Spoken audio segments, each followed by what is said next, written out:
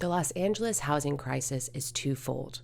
The part we all see in our neighborhoods, tents and the encampments, and the part where everyday people can't afford housing near their jobs and in the neighborhoods where they want to live. So they have to live far away and deal with super commutes just to exist in Los Angeles.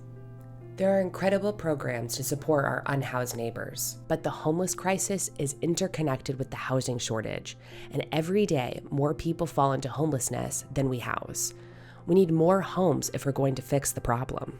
Builders lose money when they build small, affordable units.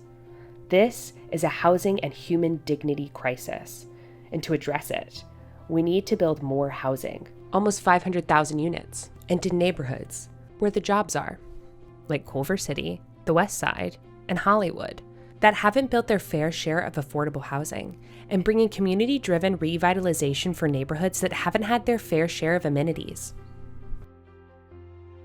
Why hasn't this been fixed?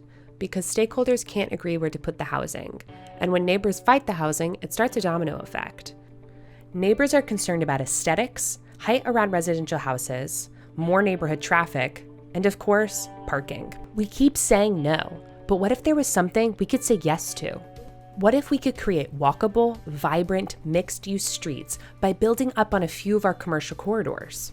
We could have alfresco dining, wide sidewalks, slower cars and fewer of them, tree canopies, more local businesses, and even safe bike lanes, which gets us to the metro to go anywhere we need to without using our cars.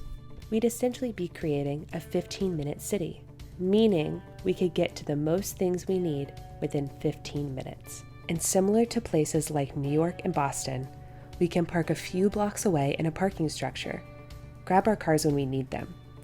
Truly a great way to live a car-light life. Most people want to live in a walkable neighborhood, so much so that it can increase nearby property values by 15%. And you can live here without a car.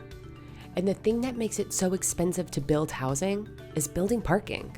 The parking can cost more than the unit and makes rents so expensive. Right now, the laws we have in place make it so builders almost always build luxury, the housing we don't want. Get rid of the parking and make it so builders build the housing we do want. Small, affordable units and walkable neighborhoods. Picture Westwood Boulevard. On one end, it terminates in Westwood Village, and on the other, in a residential area. Since people don't want major traffic in their neighborhoods anyway, and you've got the Purple Line as well as Sepulveda and the 405 right there, this street is a great candidate for building up. Plus, 63,000 people commute into Westwood for work every day. And UCLA doesn't house all of their students. Approximately 20% commute in. We worked with Koreatown artist Ana Duarte Benitez to do a before and after. Here's Westwood before, and here's after.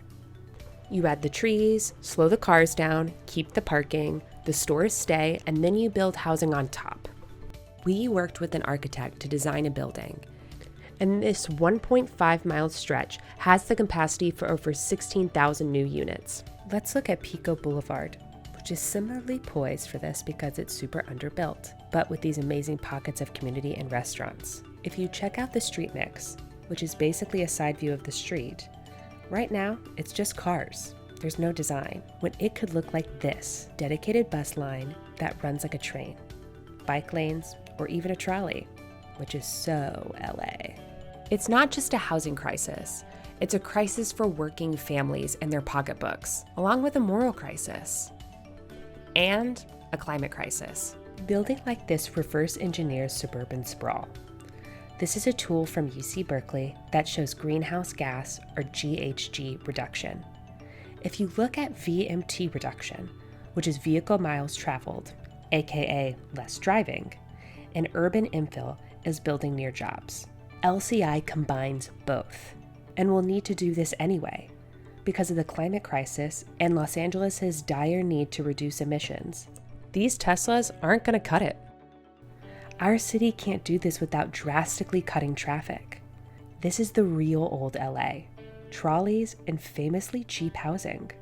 We want to do this fast, with urgency, and center the most affected, our unhoused neighbors. So far, the LA City Council has included LCI and their housing element with their 8-year plan to build housing.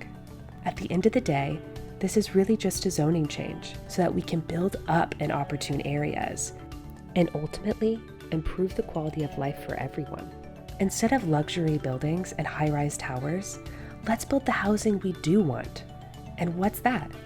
Affordable models, small and medium-sized apartments, and walkable car-light neighborhoods, all at zero cost to taxpayers to focus our limited public funding on the most vulnerable, attainable homeowner opportunities for those who want them, so everybody can build equity, and we can close the intergenerational racial wealth gap.